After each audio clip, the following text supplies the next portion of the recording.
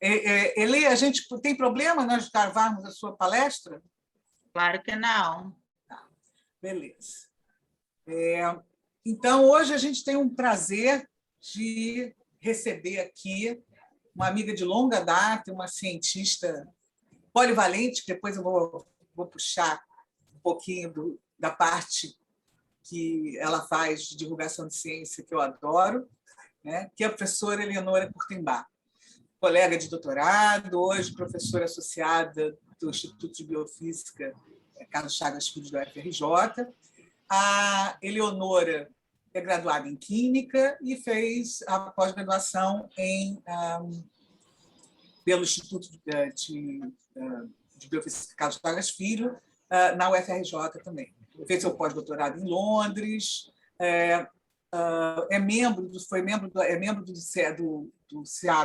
DC do CNPq, cientista do nosso estado de FAPERJ, e ela faz um trabalho que, além da parte maravilhosa que ela trabalha com química de macromoléculas, defensinas, de plantas, que ela vai falar hoje, ela faz um trabalho que eu queria que ela falasse um pouquinho sobre isso, pedindo a participação de todos, que ela é presidente do Espaço Ciência Viva, que, para quem não conhece, é um museu pioneiro de divulgação científica do Brasil, que fica aqui pertinho da UERJ, aqui na Tijuca, e faz um trabalho fantástico de divulgação científica com as crianças, etc.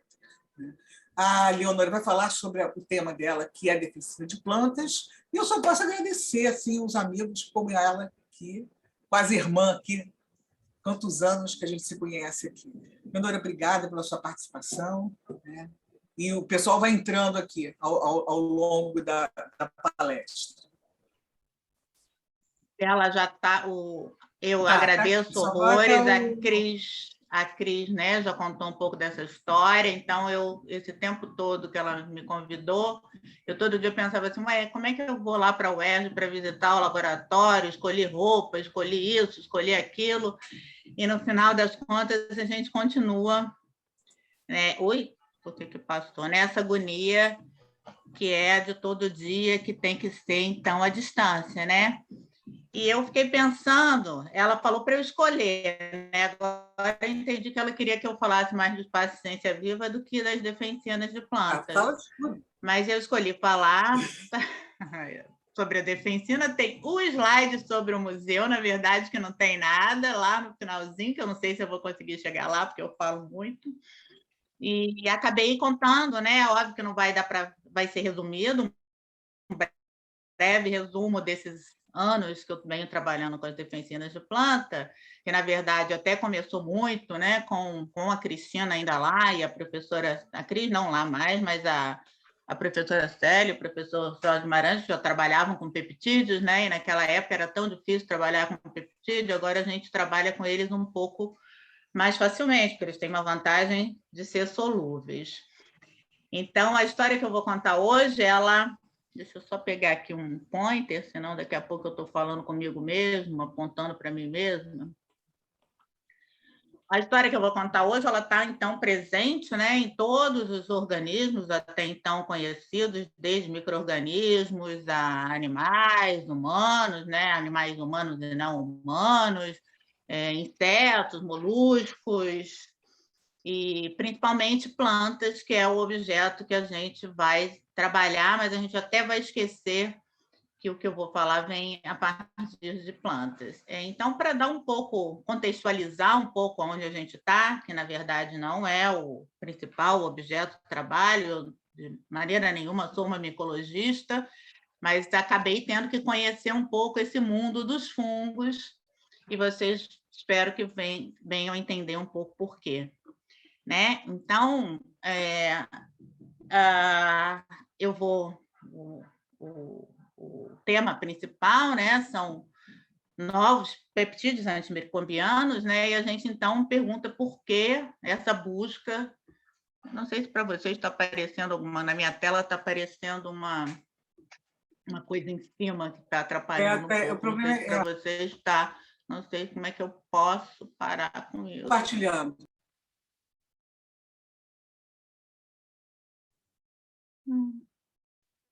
Olha lá, o mudo, o stop, está aqui em cima vou botar para baixo, pronto. Parece que funcionou. Para mim, aqui funcionou. Então, eles apresentam, né, diferentes atividades contra diferentes patógenos, e hoje eu vou tentar convencer que, além de eles serem antimicrobianos, a gente tenha descoberto outras atividades para eles, né? Eles teriam menores efeitos colaterais que drogas convencionais, pelo menos até hoje testado.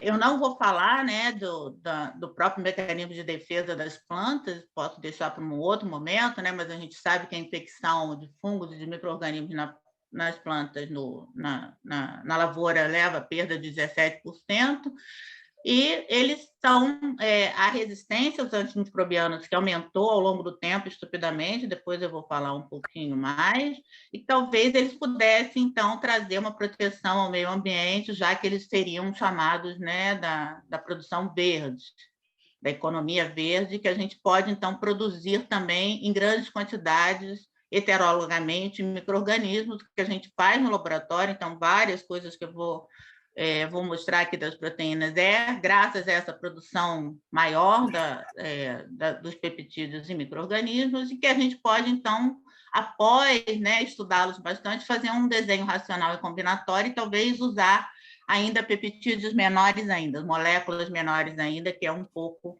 aonde a gente quer chegar atualmente. Então, o número, né, como eu brinquei aqui no início, lá nos anos 80, quando a gente se conheceu, eram difíceis o trabalho com peptídeos, eles aumentaram o número de patentes ao longo do tempo enormemente, né? Então, eles apresentam um pouco, vou falar um pouco disso aqui, né? Apresentariam algumas vantagens perto de algumas drogas, né? Talvez a especificidade, o uso de menores concentrações, nesse caso, alta solubilidade em água, né? Não precisaria usar solventes orgânicos, teria um acúmulo limitado, porque eles seriam degradados, e talvez essa baixa ligação inespecífica a outras estruturas. E é isso que a gente vem buscando nos peptídeos que a gente vem trabalhando, né? Atualmente já estão descritos mais de 3.300 peptídeos antimicrobianos de uma forma geral, como eu disse, isolados de vários organismos, a maioria deles isolada de animais, bastante de bactéria, plantas, né? Que é o caso do que a gente vai estudar aqui agora, e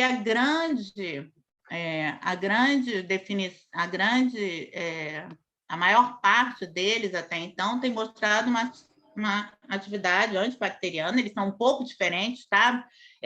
Estruturalmente, eles podem ser bastante diferentes, né? Então, tem uma atividade antibacteriana, atividade antifúngica, que a gente vai explorar bastante, mas hoje vem aparecendo outras atividades, como antivirais, antitumorais, e por aí vai afora. O que eles têm de mais característico entre eles, né? Eles têm em torno de 40 aminoácidos, então em torno de 5 kilodaltons para baixo, né? São catiônicos e, portanto, antifáticos, e a maioria não, portanto, catiônicos, e apresentam, né, um caráter antifático, podendo, então, interagir com as membranas dos patógenos no qual eles vão agir. Ué, não está passando?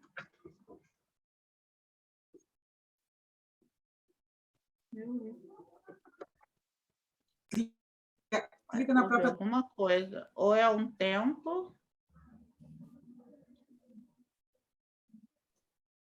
Clica na própria tela.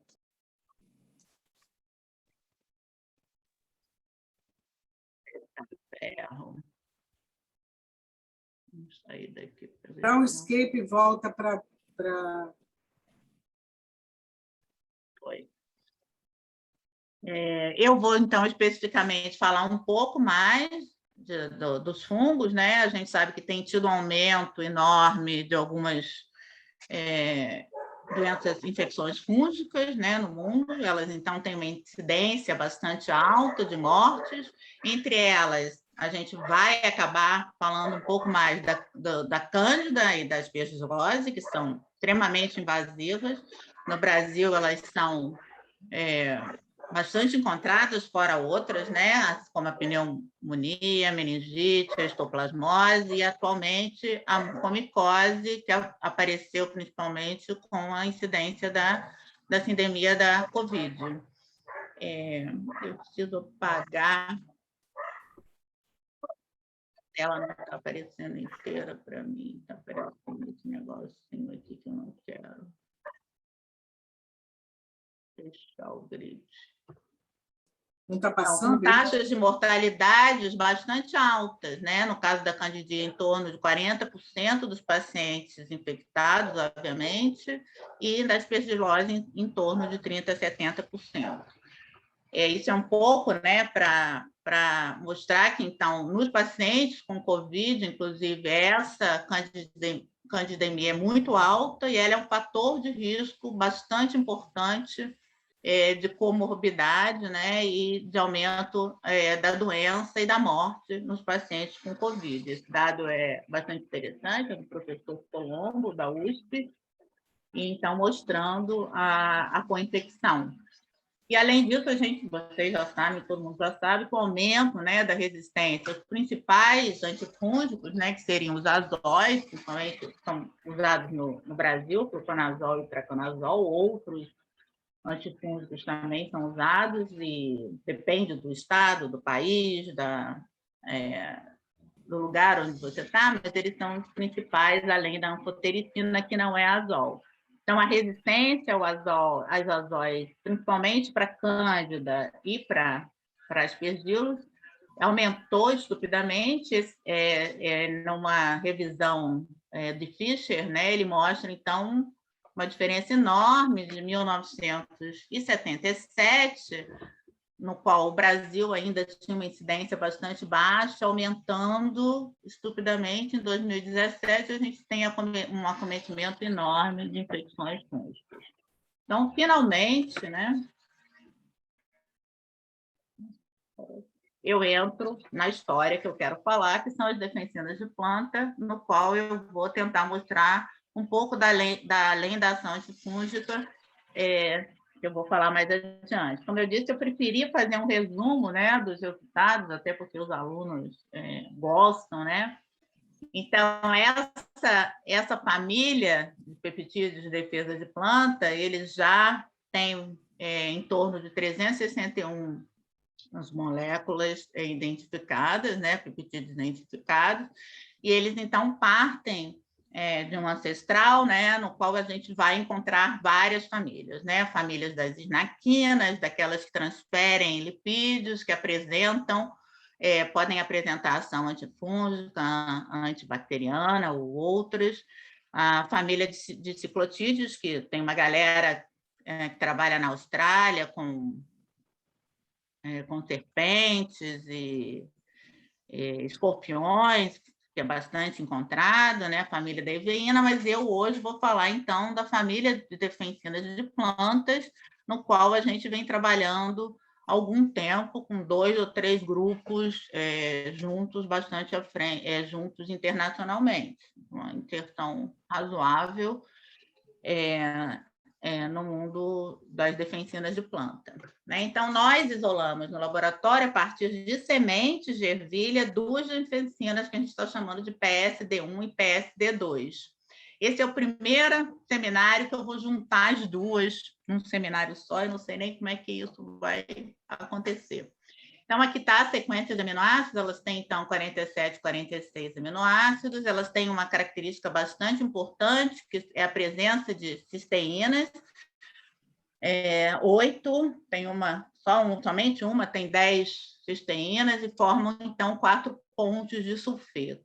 Tá? Então, elas são basicamente antifúngicas, né? Por isso eu dei uma atenção nos fungos no início da apresentação, e apresentam, então, uma atividade bastante importante contra aspergilos, né? Os aspergilos que não são os principais principal médico, que seria o fumigatus, mas o versicolо, o Aerio, o Nidolans e o Níger também, principalmente agora, contra fungos de importância clínica e contra... olha aqui que bobagem! Contra Cândida, que está determinada, assim, que vocês vão ver mais adiante. Então, essas são as outras defensinas mais próximas, com estrutura primária parecida, né? Então, aqui a gente já tem uma classe maior de estrutura de sequência primária de outras proteínas, no qual a homologia não é muito alta. Inclusive, entre a defensina, que a gente vai falar entre as duas defensinas, a homologia de sequência primária é de 45%. E elas apresentam uma homologia de estrutura terciária menor ainda. E não, o nosso laboratório, junto com a colaboração com o Fabinho, conseguiu fazer a estrutura das duas defensinas do qual eu estou falando, né? Então, elas, parecidas com as outras defensinas, elas apresentam um N-terminal começando com uma fita beta pequena, depois ela tem um loop, uma alfa importante, uma alfa-hélice, outros loops e mais duas pequenas fitas betas que formam uma folha beta tripla, né? Com três pontos de sulfeto, perdão, 4 pontos de sulfeto. Perdão. Então, a gente conseguiu fazer a estrutura por ressonância magnética tanto da PSD1 em 2002, um aluno meu de doutorado, Márcio, que hoje é professor na universidade, e recentemente da PSD2, também com o grupinho do Fábio, não estou conseguindo girar ela. Então, elas são semelhantes na estrutura tridimensional com as outras, mas elas apresentam essa alça, que é a primeira alça extracelular bastante grande, parece um nariz, e que eu quero chamar a atenção dela. Sendo que a estrutura, então, mais recentemente, né, com a estrutura da PSD2 resolvida, engraçado que eu não estou conseguindo clicar nela. Com a estrutura da PSD2 resolvida, a gente, inclusive, tem estudado bastante, que tem sido bastante interessante, que essa estrutura, diferente da maioria das enzimas e das proteínas que tem um cluster hidrofóbico para dentro, né? Porque as defensinas de planta e talvez outros peptídeos menores, viu, professor Jorge, tem um peptídeo novo que a gente expressou com a professora Lina, que também tem bastante cisteína, uma KGD, no qual os clusters hidrofóbicos estão para fora da proteína, o que faz com que eles sejam importantes para a interação de membrana que a gente vai estar estudando. Então, a gente mostrou três clusters importantes hidrofóbicos, né, principalmente com aquela alça, a isoleucina 15 daquela alça, eu não sei de qual, gente, e uma fenilalanina 10, também na região hidrofóbica, que parecem bastante interessantes para a estrutura da membrana. E apesar delas terem, né, uma estrutura tridimensional parecida, a gente vem notando que a presença ou a localização das pontes do sulfeto fazem diferença na sua estrutura, o que pode nos revelar bastante coisas importantes. Então, o que a gente, no laboratório, se propôs a estudar, né? Já pensando conhecendo a estrutura da proteína, podendo expressá-la no sistema heterólogo, a gente conseguiu fazer algumas coisas, ter alguns resultados importantes que eu estou querendo mostrar aqui para vocês. Então, o que a gente se propôs a estudar melhor foi como é que, então, ela interage com a membrana, né? E se ao interagir com a membrana, ela é capaz de entrar na célula e encontrar um alvo intracelular. Né? Poucas defensinas de planta até hoje estão mostradas que contêm esse alvo intracelular, e o que faz ela ser específica para antifúngico, para um fungo, né? Tendo como membrana-alvo uma membrana fúngica. Então, como a gente sabe, né, uma coisa importante para uma determinada droga é ela diferenciar, né, o mamífero, no caso do fungo, né? Então, a gente foi explorar um pouco essa atividade antifúngica, e os fungos, diferentemente dos mamíferos, o principal esterol de membrana é o ergosterol, e ele contém uma série de microesfingolipídios que os mamíferos também têm, e que as bactérias não têm, mas entre eles um esfingolipídio chamado glicosilceramida, que está aqui a carinha dela, que a gente vai mostrar um pouquinho depois. Eu acho que é porque os slides são muito pesados. Então, aqui está a glicosilceramida de fungo, nesse caso é de Fusarium solane, mas elas são bastante parecidas entre outras. Além do radical glicose, né, tem dois ácidos graxos, seria o radical, a porção esfingosina, no qual tem uma metilação e uma dupla ligação na posição 8, uma dupla ligação na posição 8 e uma metilação na posição 9, que os de mamíferos não têm. Inclusive, esse outro ácido graxo embaixo são um pouco diferentes também da outra cadeia, mas essa é a grande diferença. Então, nós fomos atrás para ver se havia, de fato, uma interação específica com essa molécula. Então, essa molécula já tinha sido bem caracterizada pela professora Eliane Barreto, da microbiologia.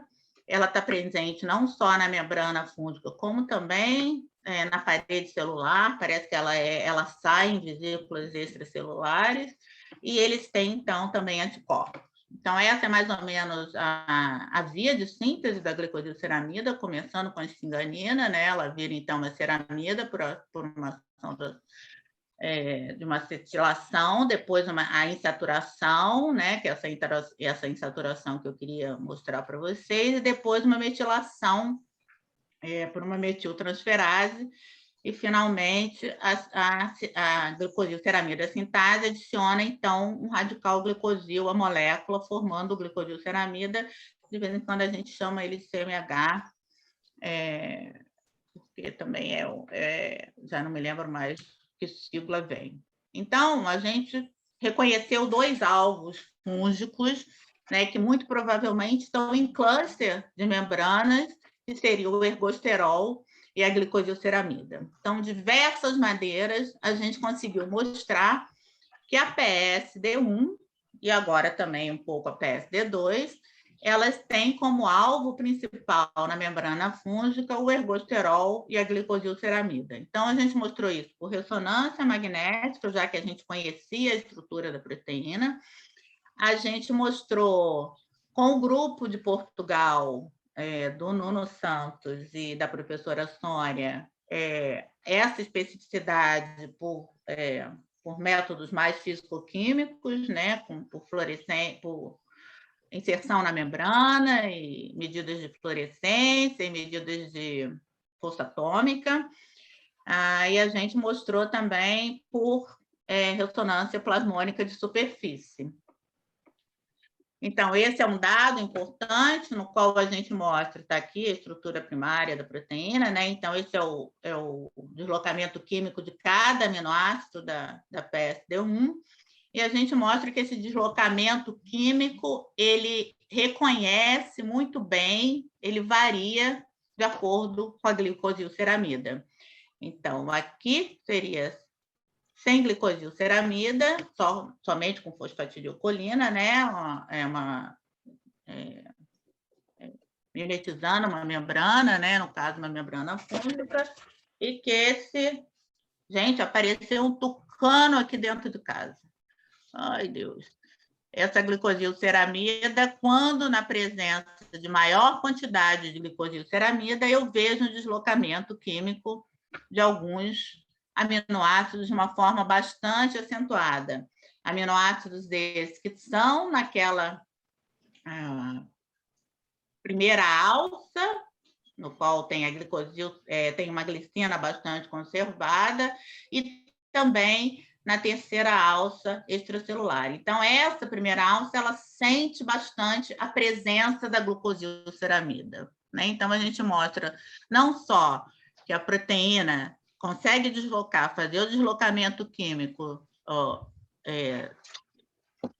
de uma membrana artificial contendo glicosilceramida, como quais as regiões da proteína interagem com essa membrana. Né? A gente mostrou isso também por ressonância plasmônica de superfície, que é capaz, né? A gente coloca no chip uma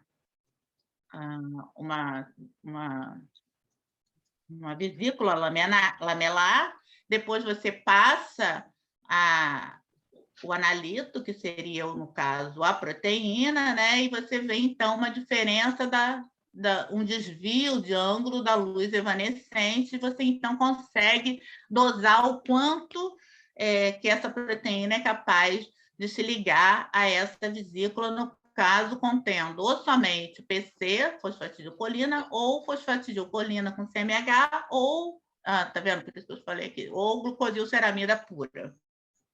Então, os meus slides mais antigos. Então, a gente mostrou que na presença de vesículas contendo somente fosfatidilcolina, essa ligação, né? Então, aqui a gente mostra se há ligação, se há ligação da proteína, vai ter, então, esse desvio de luz evanescente que a gente está vendo aqui, né? Primeiro eu coloquei as vesículas, houve, então, já um desvio da luz, e depois... Então, por essa outra técnica, ao fazer a mesma medida na presença de glicosilceramida, diferentes concentrações de proteína, a gente enxerga que essa afinidade da proteína pela membrana é de cerca de 70 vezes maior. Então, a gente tem, e de novo, o que é mais importante, aquela região, né, da alça, da primeira alça e da terceira alça, aqui são 2 aminoácidos que a gente modificou, de glicina 12 para glutamina e histidina para lisina, eles são importantes para essa interação também, né? Então, na mesma concentração, uma defensina PSD1 sem modificação, ela interage muito bem, dá uma resposta alta àquela mudança, e quando eu agora modifico a histidina, essa resposta diminui, essa interação diminui, assim como também quando eu mudo a glicina, mais importante ainda naquela região da primeira alça. Então, a primeira alça e a terceira alça são importantes não só para a interação, como para a atividade da proteína. Né? Então, os mutantes perdem completamente a inibição, tanto de Candida albicans, a proteína deixa de inibir tanto Candida albicans quanto aspergillus nidola, ou Niger, no caso, mas a gente tem dados para nídulas também. Então, ainda para confirmar, e a gente sabia que isso não era 100%, né? Será que essa glicosilceramida ela é tão importante assim? Se ela perder o açúcar, ou se ela perder a ligação, a insaturação, se ela perder o metil, é importante para a atividade? Então, a gente produziu no laboratório Aspergillus nidolas, agora mutantes, que era o Aspergillus mais fácil, tecnicamente, da gente tirar o gene, né? Então, a gente modificou não só deletou a desaturase, como modificou também as duas preditas transferases, metiltransferases, que estavam preditas no banco de dados do Aspergillus nidolas. E também, então, a glicosilceramida sintase, que é a última que vai colocar o glicosil lá, o radical glicosil na ceramida.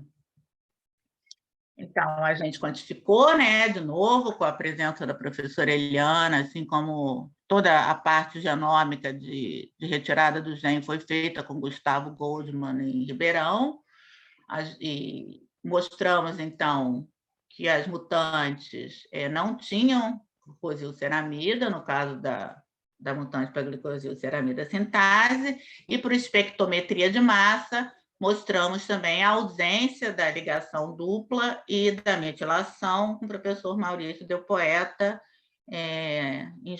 na Universidade de Stony Brook, que está e caracterizamos, né, mostramos que fenotipicamente essas cepas eram diferentes. E também, por microscopia eletrônica de varredura, a gente mostra que a ausência da glicosilceramida faz com que esse fungo morra, ele não produz mais os conidióforos característicos dele, né, importantes para a sua sobrevivência, para o seu crescimento, e que esse fungo que perdeu a glicosilceramida, ele, então, é menos infeccioso. Então, a gente mostrou num modelo de galéria, né, que é lagarta, uma lagarta, que dias após a infecção, a cepa mutante mata muito e que as outras cepas perdem, então, a capacidade, diminuem, né? Não perdem, diminui a capacidade de infecção. Então, a gente tem em mão uma ferramenta interessante, né, que a gente vem trabalhando mais, e mostra, né, mostrou mais fortemente, né, não que essa falta da glicosilceramida, tanto em Cândida quanto em Aspergillus nidamus, e também a falta da insaturação, é importante para a atividade biológica da PSD1. Então, se não há glicosilceramida e não há a insaturação, ou parcialmente, há uma perda de atividade. Isso fez com que a gente, então, venha sendo inserido, né? Nós não fomos os únicos a mostrar isso. Logo depois, ou mais ou menos em paralelo, o grupo que trabalha com a defensina de rabanete na Bélgica também mostrou. Eles têm mostrado outros lipídios importantes, né? Assim como o ácido fosfatídico para uma de fumo. E a gente vem mostrando atualmente a importância também de outros lipídios, principalmente lipídios da membrana mitocondrial. Então, o nosso modelinho, que não está funcionando, gente, funcionou quando eu abri com eles, né? O nosso modelinho aqui tinha um filme bem bonitinho, que o primeiro funcionou e agora esses não, mostrando, então, a importância daqueles resíduos de aminoácido, né, da primeira e da terceira alça para inserção na membrana. Então, a proteína precisa, ela chega na membrana, tem um filme mais bonitinho, meio em paralelo, depois ela se mexe e se insere na membrana.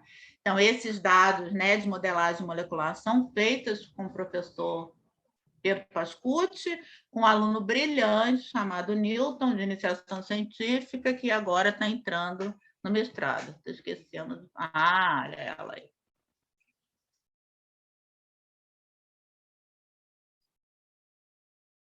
E a gente agora, então, todos esses, né, a estrutura importante da proteína, fazendo com que a alça, o domínio da alça, da primeira e da terceira alça, fiquem juntos, são importantes para a interação. E a gente, né, já falou antes, né, que a próxima leva, e é o que está acontecendo agora com uma aluna de doutorado, que a gente vem se perguntando, é a resistência. Tem se mostrado muito pouca resistência, não só em laboratório, aos peptídeos antifúngicos, mas já vem aparecendo. A resistência mais conhecida são as resistências aos azóis, e as principais resistências às azóis seriam a formação de biofilme como resistência primária, né? Então, ela tem sido bastante importante na infecção por vários fungos, principalmente em pacientes imunocomprometidos, apesar de que a gente, do grupo, discute, não só o grupo, como a área discute que não são só os comprometidos, mas também os competentes podem ter problemas antifúngicos, né, infecções fúngicas, mas a gente também pode ter, então, essa resistência adquirida ao longo do tempo, que é a formação de cepas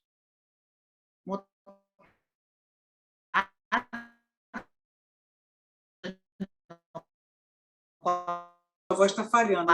A superexpressão... minha internet está instable. Vamos ver quanto tempo. Voltou, Cris? Voltou? Voltou.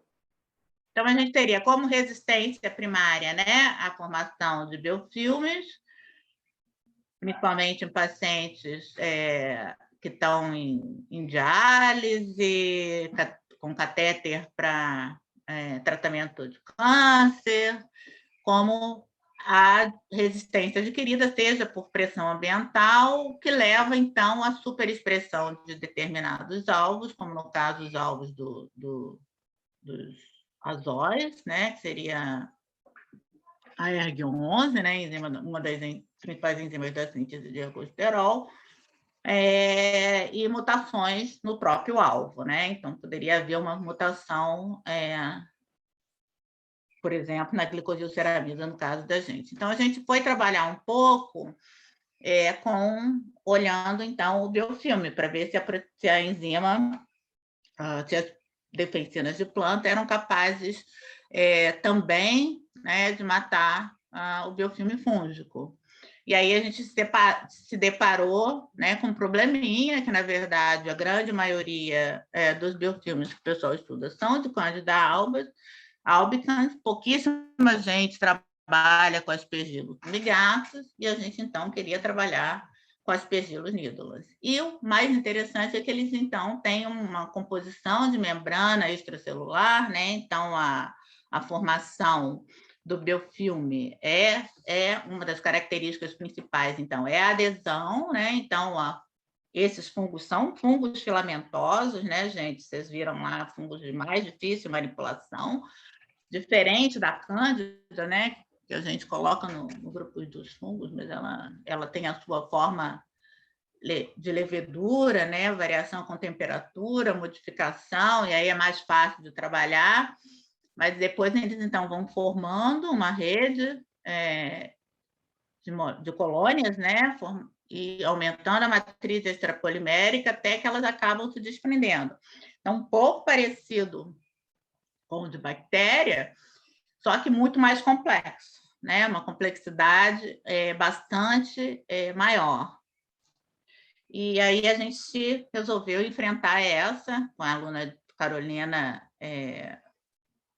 Correia. Ela já vinha trabalhando no mestrado com aspergillus nidalas, mas em forma planctônica, que é tudo que eu contei até agora, em forma planctônica, e então a gente começou a caracterizar se o nosso aspergillus nidalas, para depois caracterizar os mutantes, era capaz de aderir, então, em placas de poliestireno e formar biofilmes. Então, a gente está lá, bacana, com uma plataforma, né, de microscopia bastante interessante, que a gente pôde acompanhar a formação do biofilme até, na verdade, 48 horas. Aqui eu estou mostrando até 20 horas, em diferentes meios, né, para ver se ele estava crescendo. E, na verdade, o principal meio, esse fungo, ele é um pouquinho chato, essa cepa, ele, então, começa a colonizar bem em forma de 4 horas, está aqui os conídeos que a gente colocou lá em 0 horas, aí a gente já vê ele colonizando, crescendo, formando uma rede importante, né? Bastante densa, e a gente conseguiu, então, depois de um bocado de tempo, do biofilme para funcionar no laboratório. Então, além da gente acompanhar a imagem no próprio microscópio, a gente consegue medir a atividade óptica, então a gente conseguiu acompanhar durante 72 horas o crescimento, de novo, no meio YU, né? Então a gente não precisa dormir no laboratório para acompanhar um crescimento de fungo, como a gente já fez 10 milhões de vezes, média viabilidade celular e a biomassa por safranina. Então, o meu biofilme consegue se formar muito bem, obrigada, YU. E a gente consegue, então, também, né, pela microscopia confocal a disco giratório, ver que ele vai se formando denso, né? No início a gente falava assim, ai meu Deus, os planctônicos também formam IFAs. Será que eu consigo ver, né? Então, essa formação de camada, então, ao longo de 48 horas, a gente marcando a quitina, né, de parede e a membrana com filme tracer, que marca super de membrana, a gente consegue ver que ele, então, aumenta a espessura do filme ao longo do eixo Z, e estamos lá com o nosso biofilme formado, enorme, que aumentou bastante, em torno de 4 vezes a espessura ao longo do tempo.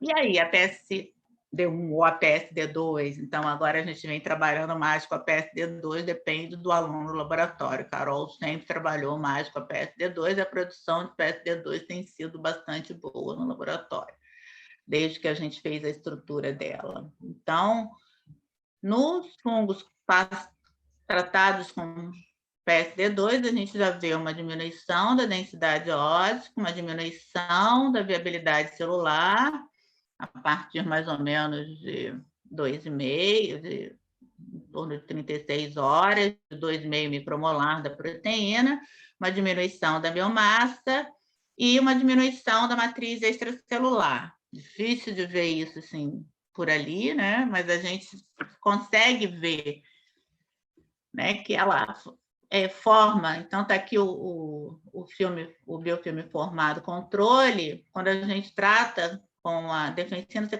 começa a ver uns buracos, né, uma diminuição, encurtamento da IFA e uma redução da matriz extracelular bastante importante. E quando a gente olha o canto da lâmina, a gente vê que essa matriz extracelular está bastante diminuída. Agora, a gente está querendo caracterizar um pouco mais com microscopia essa é uma microscopia confocal, né? E a gente tem varredura, mas a gente está querendo fazer a transmissão. Então, em varredura, a gente conseguiu crescer os biofilmes em catéter, né? Imitando, então, o que seria uma infecção num paciente.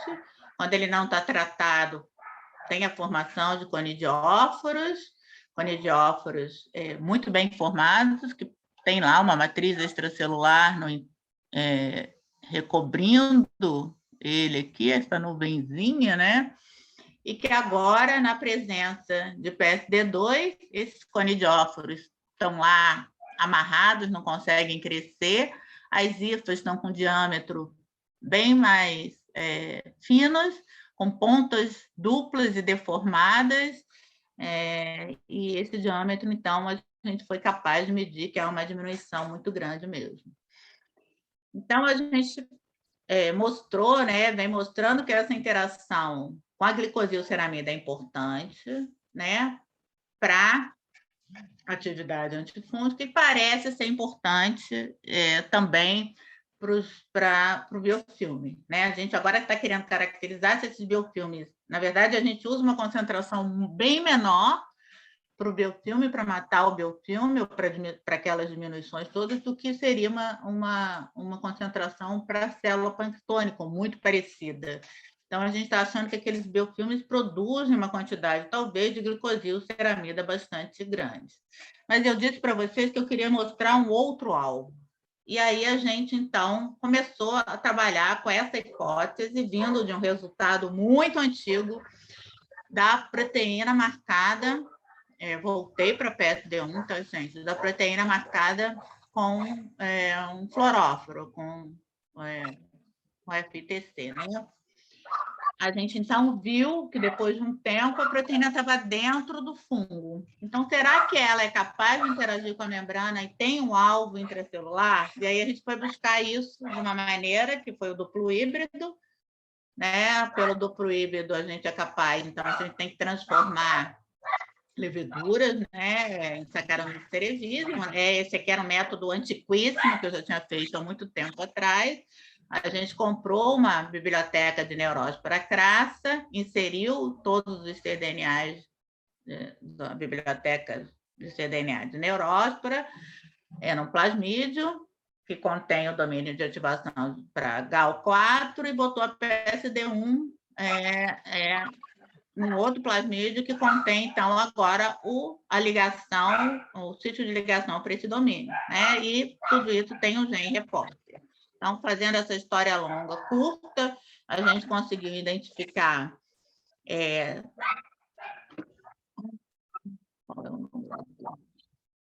15 clones positivos e 9 eram ciclina F.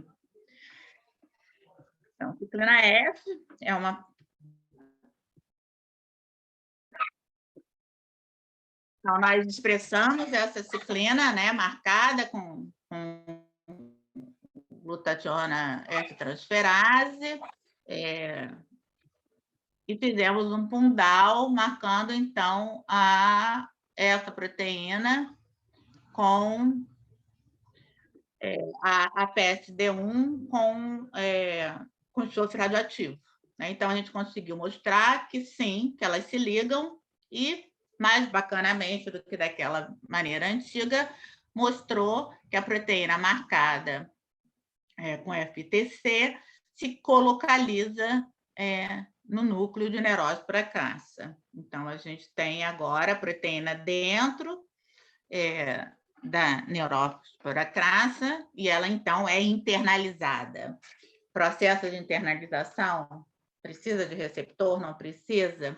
A gente ainda não tem certeza, mas a gente tem certeza de que precisa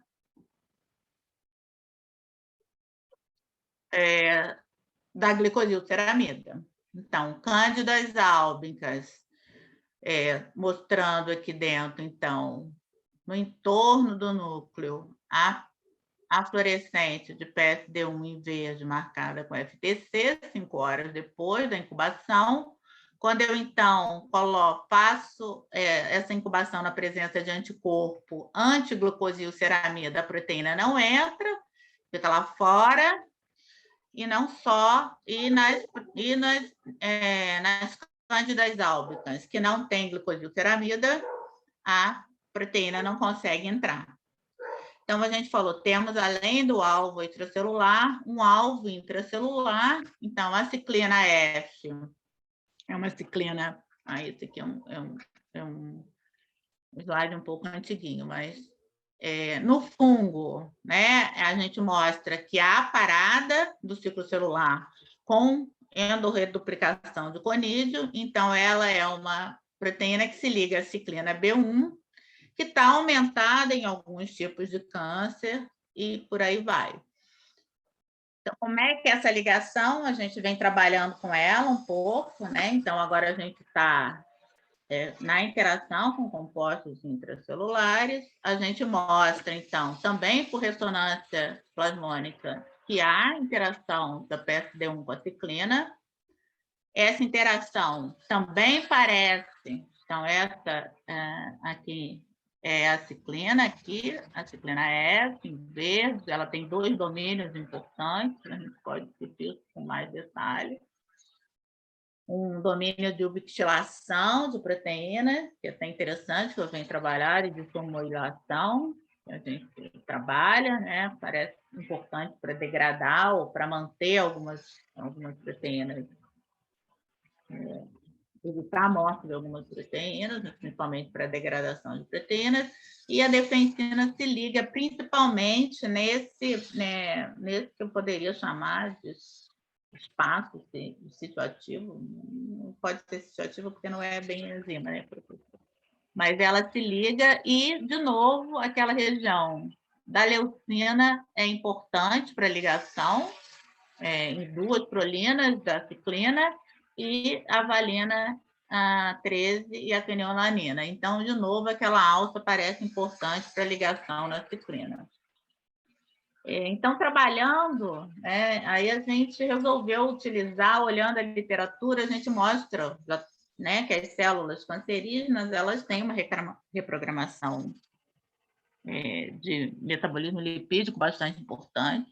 Cristina conhece isso mais do que eu, né? E que há, então, um aumento não só da glicosilceramida, como da glicosilceramida sintase em células de câncer in vitro, MCF7, resistente a múltiplas dobras. Então, há um aumento significativo da glicosilceramida exposta nessas células, né? Nós falamos, será que a PSD1 reduz a viabilidade de linhagens tumorais? E aí fomos testar in vitro, utilizando, né, junto com o professor Robson Queiroz, a célula B16F10, de melanoma. Ela, então, quando ela é capaz de subcutaneamente provocar metástase pulmonar e intravenosamente provocar nódulos também em pulmão, né? E a A431, que é humana, de carcinoma de epitelial humano. Então, nós mostramos que né, à medida que eu aumento a concentração de PSD1, eu diminuo o número de células, né? Isso vendo por XTT. Isso não acontece em células, por exemplo, de epitélio de pulmão normal. Não acontece em várias outras células, né? Isso aqui é um apanhado de vários alunos. E que a PSD1, aquela modificada, né, naqueles aminoácidos que eu falei para você, não é capaz de matar, de diminuir, né, a quantidade de células vivas de B16F10. Então, será que a gente tinha na mão alguma coisa importante? Então, a gente foi ver, marcando, então, as células tumorais, a B16F10, com Cytox green, a gente consegue ver, elas aqui estão marcadas com mitotracker, né, que mostram mitocôndria. Depois eu coloco o Cytox e vejo na presença de peróxido e vejo a entrada desse Cytox verde dentro da célula. Quando eu, então, coloco PSD1, 30 minutos, concentrações maiores de PSD1 e 1 hora, vejo que essa internalização de Cytox é maior, então sou capaz, a PSD1 foi capaz de promover a entrada, a permeabilização de membrana e também a apoptose dessas células. A gente, então, foi ver se realmente ela estava localizada a nível celular, né? Então, está aqui, em tempo zero, as células em tempo zero, e agora com a marcação incubadas com PSD1 na presença de FTC, eu agora localizo no núcleo a proteína das células B16F10. Consigo mostrar aqui, né, no ladinho, que elas estão lá localizadas nuclearmente. E que, na presença de um inibidor de glicosilceramida sintase, né, então, portanto, células que não têm glicosilceramida sintase, na presença de PMPP, então está lá bonitinho. Agora, no aumento maior, é aquele mesmo experimento que eu mostrei lá, ausência de inibidor, ausência de PSD1, a gente está vendo a célula íntegra, bonitinha. Agora, na presença de PSD1, ela está lá no núcleo, onde ela está exatamente, está lá grudadinha na ciclina, né? A gente propondo que ela está na ciclina S1. Perdão. Pode ser que ela esteja também ligando a outros alvos nucleares. Na presença do inibidor, as células continuam íntegras, e agora no inibidor mais PSD1, a proteína não é capaz de entrar. Então, a gente mostra aqui em células tumorais, né, que são capazes de formar metastásicas, talvez o nome seja esse mais utilizado, ela não entra. Então, nós vamos testar em modelos in vivo, em camundongos. Então, nós adicionamos somente células B16F10 e adicionamos agora células B16F10 mais PSD1 em concentrações diferentes e somente PSD1 ou somente o veículo, que é o famoso e velho PBS, pH 7.4. A inoculação foi venosa no primeiro dia, intravenosa na cauda, e 21 dias depois a gente anestesiou os animais, sacrificou e fez a contagem nos pulmões. Então, a PSD1, então aqui está B16F10, a gente então conta uma quantidade de nódulos em torno, com média em 40, na presença de 0,1 miligramas por quilo de PSD1, a gente não viu nada, mas quando a gente aumentou essa quantidade de proteína para 0,5 miligramas por quilo, ou 1 miligrama por quilo, ou 3 miligramas por quilo, a gente viu uma completa inibição da formação de nódulos. Não só na formação de nódulos, então está aqui o animal, os nódulos, vocês estão vendo os nódulos, agora na presença de baixas concentrações de PSD1, esses nódulos permanecem, mas a partir de 1 miligrama por quilo, os nódulos desaparecem quase completamente, né? A variação de peso também, né? Esses animais, como eles estão com nódulos, com câncer, com problema, eles perdem, como normalmente as pessoas com câncer perdem peso ao longo do tempo, depois até ganharam, mas a presença de PSD1 também faz recuperar o peso e também faz diminuir o número de infiltrados inflamatórios no pulmão. Então, aqui, somente com as células B16F10, a gente vê uma quantidade de infiltrado inflamatório, não sabemos exatamente a composição dele, mas a presença de 1 miligrama e 3 miligramas por quilo de PSD1 não provoca infiltrado inflamatório, assim como a PSD1 sozinha também não provocou nada mais grave nesses animais. Foi a primeira vez que a gente viu que eles não tinham diarreia, pelo menos as funções básicas deles foram mantidas. Então, a gente não tem ainda um teste, né, de toxicidade bem feito em animais, mas essa foi a primeira vez que a gente conseguiu injetar e não ver nada. Aqui a gente também tem uma participação que me parece importante, não está aqui não, da mitocôndria, de uma diminuição mitocondrial que talvez seja uma produção de ROS importante, que a gente já tentou medir, mas não nessas células, e a gente já viu que é uma produção de ROS importante. Então, a B16, então a proteína também, células B16, ela entraria, ela então conseguiria atingir o núcleo, diminuiria a célula em fase G2, mantendo uma endoduplicação que poderia ou não causar um dano na mitocôndria, que a gente viu, e tudo isso talvez provocado por um aumento de glicosilceramida maior nessas células com câncer. Então, gente, parece que eu falei em quase 1 hora. Então, tudo isso é para ficar pensando, né? Eu acho que a gente pensa todos os dias, né? A gente está na era da disbiose, da sindemia, né? As infecções fúngicas estão crescendo, não só as co-infecções, né? Mas a gente sabe que os atributos da suscetibilidade individual para cada pessoa, né? A gente sabe também que o tratamento e o diagnóstico são muito lentos, a gente vê isso, eu vi isso recentemente, uma sobrinha que faleceu com histoplasmose, numa infecção Covid-histoplasmose, né? E que já não se fala em micologia nos profissionais da área, a gente tem um governo, precisaria de um governo mais responsável e menos fascista, educação não é gasto, é investimento, viva o UERJ, e amanhã, não, sábado, temos o 2 de outubro.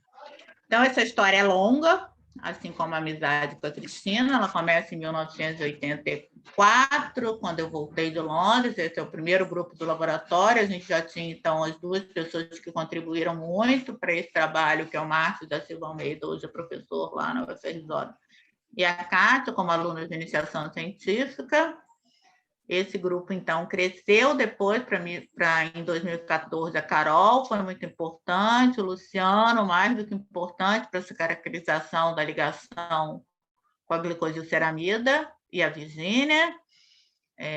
Aqui a gente passa, então, por um grupo do laboratório que tinha ainda uma empresa lá dentro, que era a IGEA Biotech, hoje Nova IGEA, que tinha a Jennifer, que nos ajudou bastante em alguns processos, e a Paula, que fez toda a parte animal dos camundongos em vivo, da atividade antitumoral.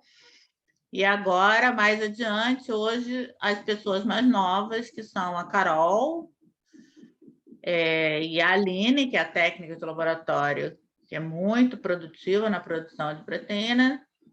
E nesse grupo eu juntei o povo antigo, Kátia e Márcios, e teria a Virgínia, que já não está mais no laboratório, e o Yuri, que também foi muito importante. E outras pessoas do laboratório que trabalham, então, com doenças autoimunes e sinalização muscarínica e purinérgica em doenças cardíacas e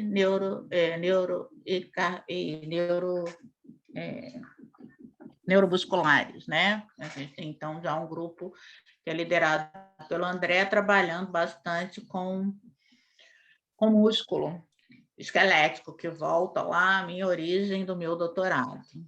E, assim como essa linha de tempo, a Cris acompanhou toda essa linha de tempo, na verdade, há mais tempo do que isso. Então, em 1985, já está a gente na SBBQ, acho que o Jorge era presidente, se embonecando para de noite. Cris, Débora, eu, mais adiante, no aniversário meu de 49 anos. De novo, a Lina fez parte dessa história bem lá no início também, na espectrometria de massa, identificando os peptídeos, e mais recentemente, quando a Débora foi agraciada com um prêmio. Então, são as ordinárias, são as colaborações. E como a Cris disse, né, a gente não combinou, ela disse que eu ia mostrar alguma coisa do Espaço Ciência Viva.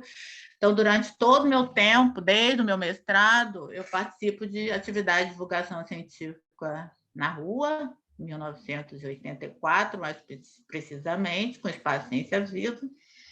Na época, então, que se começou, né, a Ciência Hoje, o professor Enio Candotti, Darcy de Almeida, Jorge estava em algumas reuniões dessa.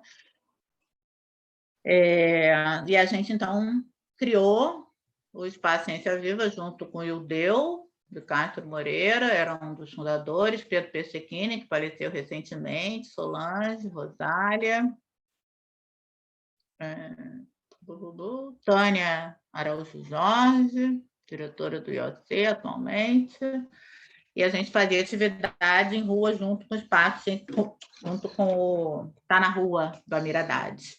Né? Mais adiante, a gente conseguiu um espaço do Estado, que chama um galpão remanescente do metrô, bem próximo à Praça Sans Pena, onde a gente faz uma atividade que a Cris diz que é só para criança. Não, a gente recebe escolas de todos os graus.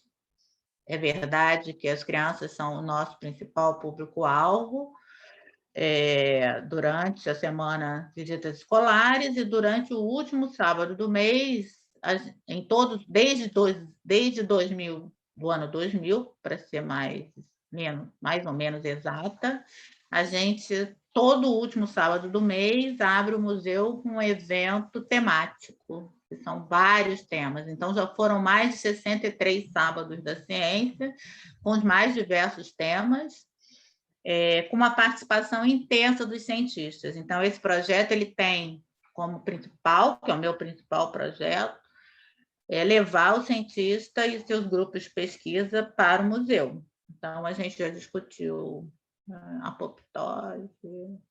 Então, tem um evento que é só de inflamação, só de imunologia, só de genética, um de matemática, no qual a gente junta, de fato, de forma bastante transdisciplinar, inclusive o pessoal de humanas, nesse grupo. Então, em média, a gente tem 600 visitantes, mais 200 participantes, né?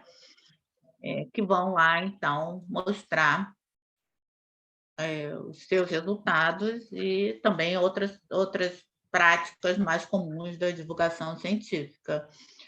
Hoje em dia, eu continuo a presidente até 2024, mas a gente tem um quadro bastante expressivo de pessoas do IFRJ. A Fundação Educacional Charles Darwin não apoia com site, então o nosso site, né, com a pandemia, ele ficou... melhorou muito, né? As nossas mídias sociais, Instagram, Facebook também. Então, a gente fez uma produção maciça de lives também, bastante lives sobre o Covid, está tudo lá no YouTube do museu. Mas outros temas, a próxima vai ser 15 de outubro, com participação da Merck. A Merck resolveu nos apoiar permanentemente agora, é um apoio pequeno, mas é um apoio bom. E a gente está aumentando também a nossa capacidade agora de inclusão para surdos e mudos, e eu, então, acabo orientando, até agora eu já orientei 11 pessoas nessa área também, sempre ligada à divulgação em espaços não formais e a políticas científicas de divulgação. É isso, gente. Aqui tem os slides extras se eu precisar explicar alguma coisa. Obrigada, Leonora. Falei demais, né? Alguns... Não, que isso, tá dentro do nosso tempo, está dentro do nosso tempo. Tem o pessoal está aqui, o pessoal do chat está elogiando, todo mundo está falando que gostou muito aqui, a Graça mandou um beijo. Tá bom. Isso aqui foi uma aulão em tanto. As minhas raízes bioquímicas de moléculas de peptídeos e proteínas por aí. Nossa, foi muito legal e eu fiz uma... Eu acho que isso mostra que o básico, né? A gente, aos poucos, a gente tem, né, sempre a tendência, eu mesmo fiz isso, mesmo achando que eu não preciso justificar para que eu faço, né? Para que a gente trabalha com alguma coisa, mas a gente acaba justificando, porque tem que ter uma introdução qualquer. Mas, no fundo, a pesquisa básica está lá também, né? As perguntas simples é que vão te gerar problemas complexos para responder, né? E quando a gente pensa naquela época, que trabalhava com peptídeo, que era uma loucura, né? Nem dá para pensar. Nossa, eu me lembro que eu trabalhava com... A gente tentou com a Célia isolar um peptídeo, um daqueles peptídeos que era a degradação daquela toxina, que hoje ela trabalha com eles super fácil. Era um negócio que a gente ficava horas numa coluna, tinha uma quantidade absurdamente pequena. Nossa, e essa história de hoje também você ter novas tecnologias que você pode responder, quer dizer, você olhou, olha quantas técnicas que você usou, né? Que para o nosso pessoal aqui da UERJ, que não tem muitas vezes acesso a essas técnicas, né? Eu vejo que às vezes a gente não sabe, muitas vezes os alunos não sabem fazer a pergunta para usar aquela técnica, né? E quando a gente faz uma apresentação como a sua, a gente fala assim, mas ela respondeu com esse tipo, com plasmônica, A plasmônica, gente, é fantástica para a interação proteína-proteína, que todo mundo tem essa pergunta. Tudo bem que você tem que produzir a proteína e não sei o quê. E a tecnologia, Cris, ela é uma tecnologia chata, ela é muito delicada, mas imagina como antes a gente fazia os binds tendo o quê? Radioatividade, a membrana, e agora tem os equipamentos menorzinhos ainda. Realmente, a gente aqui mostra. Essa era o outro para pensar também. As duas proteínas que a gente tem a estrutura, né?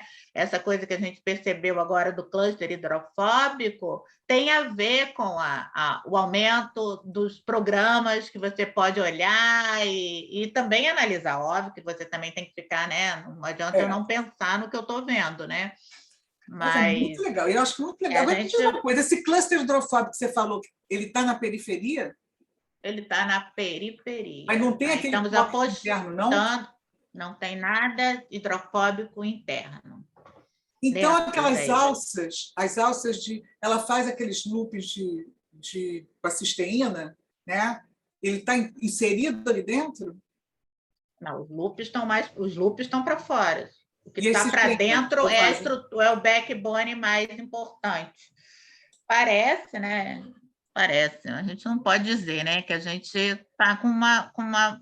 Não é que dá menos importância para a estrutura, né? Mas está dando mais importância para aquelas alças que antes todo mundo dizia, não serve para porcaria nenhuma, né? Só serve para ligar as estruturas secundárias mais importantes. Era, sei lá, não precisa ir muito longo, né? 10 anos atrás era mais ou menos assim, né? E agora começa a dar importância para a movimentação dos loops. Esses loops Agora, se me diz movimentam, uma a gente coisa. enxerga eles mesmo, em várias Quando medidas.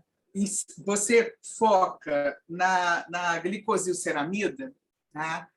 E como você tem glicosilceramida em diferentes tipos celulares, você já fez em outras células de mamífero, por exemplo? Outras células de mamífero? Então, a gente só fez in vitro, né? Aquelas ali que a gente tem. Não fiz muitas de câncer, por exemplo. Estou até querendo fazer mais em outros tipos de câncer, mas você chegou a fazer em célula endotelial?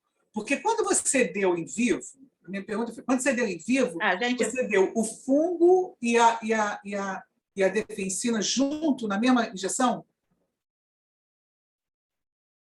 O fungo não, você a membrana mimética. Fez a membrana mimética.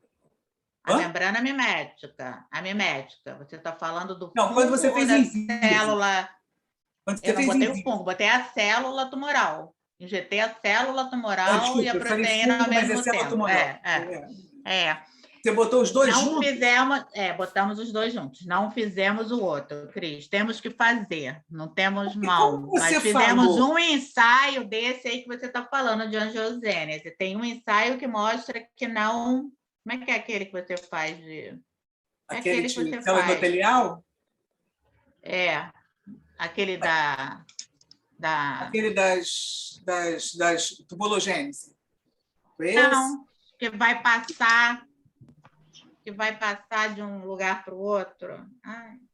Você faz Transwell. Isso. Transwell. A gente fez meio mal e porcamente e não viu inibição. E eu até queria pegar esse dado de novo, porque eu sabia que você ia perguntar isso. E a gente fez uma outra aí. Não, mas a minha pergunta é o seguinte: quando você injetou a célula tumoral e a defensina, você misturou os dois juntos ou você tratou o bicho com a célula tumoral e depois deu a defensina? Porque se você fala que a defensina interage com a célula tumoral, tá? E faz furinhos lá, né, na célula, pode penetrar. Não faz furo. Até hoje a gente mostrou que, diferente dos outros peptídeos, nós não formamos poro, nós só permeabilizamos a membrana. Isso é muito esquisito, mas é real. Não faz poro. A gente já fez umas microscopias super importantes. As defensinas não fazem poros grandes, como aqueles, né, como as maganinas, como essas de bactérias, como as bactericinas. Mas ela permeabiliza. Você quer perguntar alguma coisa, Jorge? Infelizmente, eu tive que perder aí uma boa parte da fala da Leonora, que estava tão interessante, mas aí sabe como é, né? Sim. Você não... Mas você agora, professor, a gente está fazendo os peptídeos bem pequenininhos, baseados nas alças, nas duas alças. E a gente já tem até um resultado interessante. Mas, enfim, então eu estava assistindo e tive que interromper, porque a gente não domina mais a nossa agenda, né? A agenda não tem sábado, domingo, feriado, dia santo, tudo é igual, né? Todo dia de semana. O WhatsApp. Mas, enfim, Leonora, gostei muito aí, eu não pude assisti talvez um terço, talvez, da apresentação, e me chamou a atenção algumas coisas que eu queria comentar contigo. Primeiro, uma coisa que me interessa muito pelo lado da Embrapi, que é o seguinte: eu vi que você projetou a curva de crescimento de publicações nessa temática, que se acompanha das patentes. Primeiro, isso é uma coisa muito rara, né? Muito rara de acontecer assim. Claro que tem uma diferença no fator de 2 ou 3, mas isso é espetacular comparado com outras áreas do conhecimento, que você tem milhares de papers e 2 ou 3 patentes. Não Mas fiz o que a me correlação nenhuma vez. Podia fazer a correlação, né, do paper com patente, com eu fiz peptídeo de na patentes. 2,5 e 3. 2,5 e 3. Né? É espetacular. Mas o que me chamou muito a atenção é que você usou o Science Finder. O Science Finder é uma plataforma espetacular. Como você é química, e isso é uma plataforma da American Chemical Society, do nosso antigo pai dos burros, né? O Chemical Abstract Service, agora online. Eu estou numa luta que a gente está precisando das pessoas que usam essa ferramenta pela seguinte razão. Eu assinei isso na CAPES na minha época. Todavia, o Science Finder que a CAPES ainda oferece, ele está ultra atrasado. A plataforma nova é o Science Finder N, chamado. Não sei por que é N, mas, enfim, esse é que está atualizadíssimo. E eu estou lá numa peleja de fazer com que a CAPES assine o novo.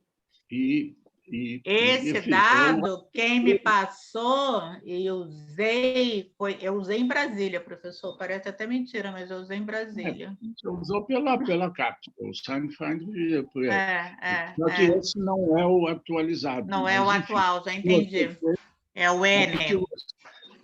O que você fez, ele está perfeito, não tem problema nenhum. Mas eu estou juntando pessoas, forças, para a gente, principalmente na área química, para a gente forçar a mão da CAPES assinar para 2022. 2021 já está assinado, está pago, não tem jeito. Mas 2022 está numa peleja lá, com uma pessoa totalmente despreparada para presidir a CAPES. Que buraco que nós entramos, hein? A gente não acreditava. E a gente reclamava, né? A gente sempre tende a reclamar, que a nossa vida é reclamar, né? Mas a gente reclamava da CAPES como ela era. Agora a gente não sabe nem qual é o nome que a gente dá, não é uma reclamação, é uma... É a típica frase, éramos felizes e nem sabíamos, nem né? Sabíamos.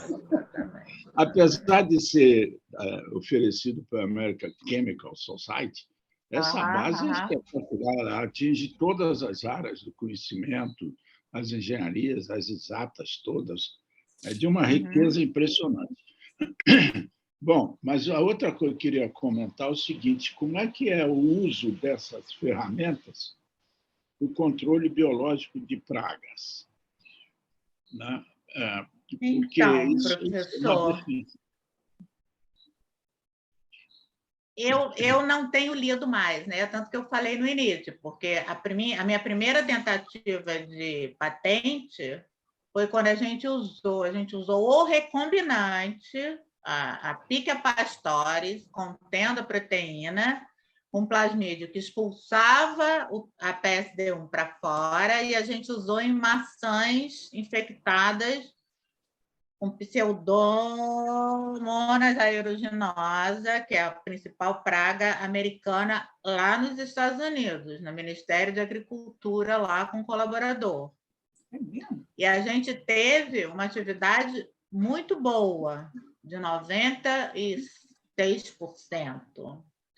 Só que a gente andou com a patente, andou, e quando chegou lá na hora, o cara falou: se não é 100%, eu nem sei, pode até ser que um dia fosse ser 100%, né? Se eles deixassem, se eles me dessem dinheiro para testar em mais maçãs, em mais alguma coisa. Depois a gente testou aqui com o abacaxi.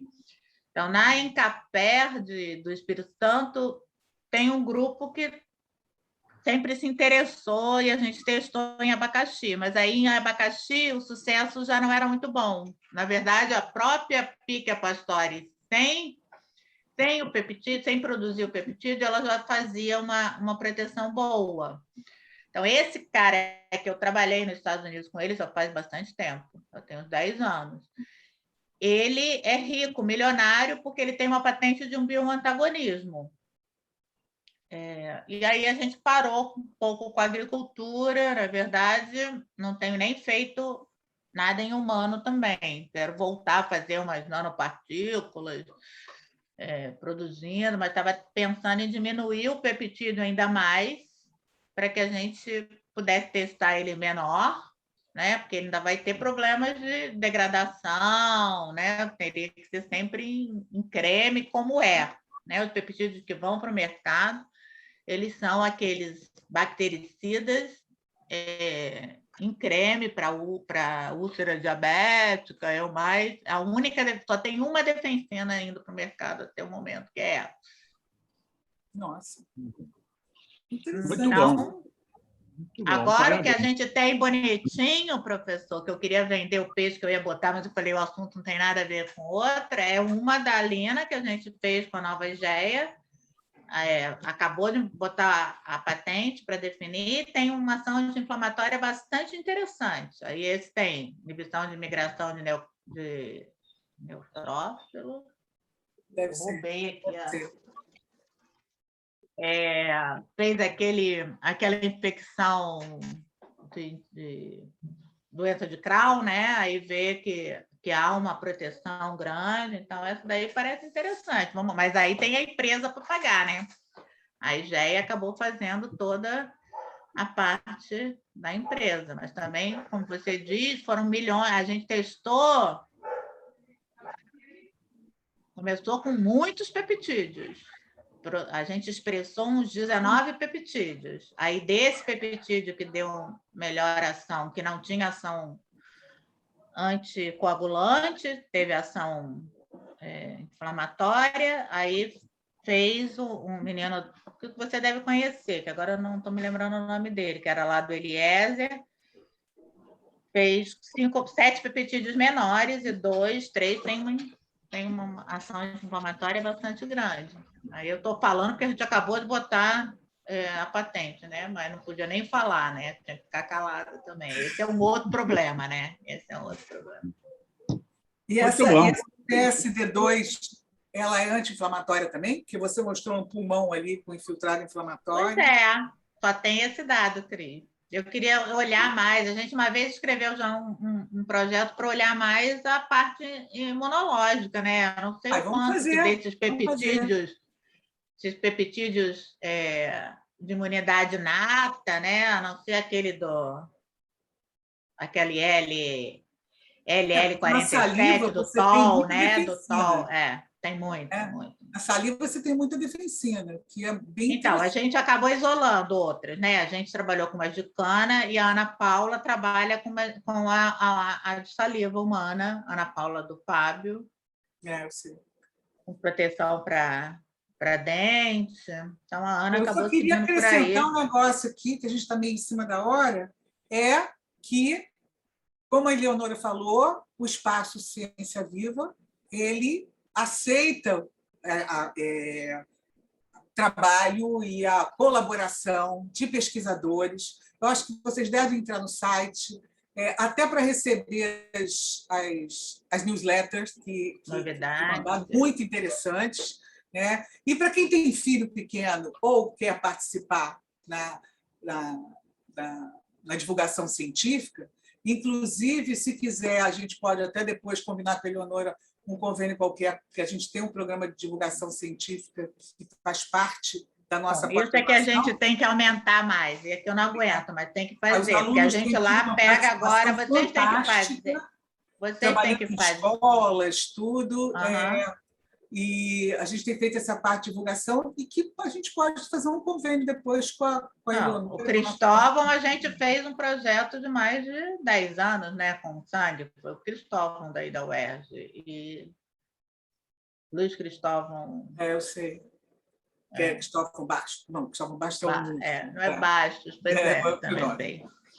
Mas bom, estamos abertíssimos, gente. É isso.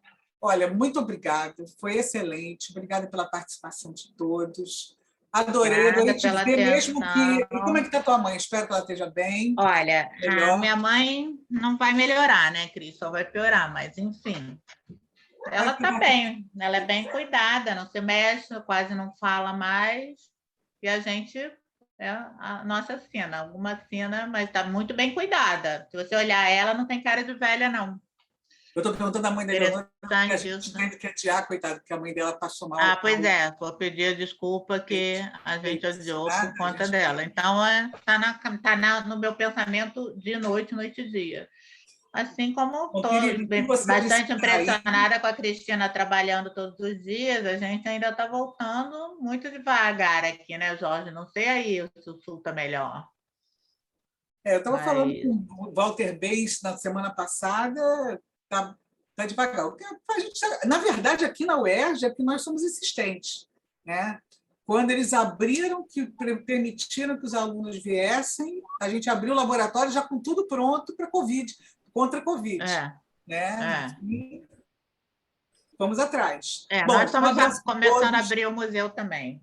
Então, lá está com o microscópio eletrônico de varredura, que é a varredurinha do geral para consertar. Está cheio de novidade lá. Lá, quem não conhece Paciência Viva, e conheceu quando era pequenininho, pode voltar. Que tem... Eu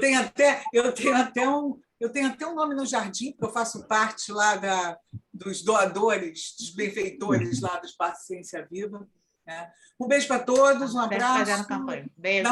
Obrigada, Jorge. Precisar de mim, estamos aí. Eu estava na avaliação da CAPES agora, né? Eram 3 semanas de avaliação da biotecnologia. E aí só acreditei na bomba quando veio o cancelamento. Eu com a Adriana Ermeli. Adriana. A Guila também está na avaliação. Né? Bom, semana que vem, infelizmente, nós não teremos a palestra, mas a professora Sandra Fucada, que trabalha com a parte de osteoblastos e osteoclastos, vai nos dar a palestra no dia 14. E, Leonora, você vai receber os nossos e-mails com toda quinta-feira no mesmo link. Nós temos. Jorge, mais uma vez, obrigada, e vocês todos, obrigado, e bom almoço para todos. Tá? Tchau. Beijo. Tchau. Beijos.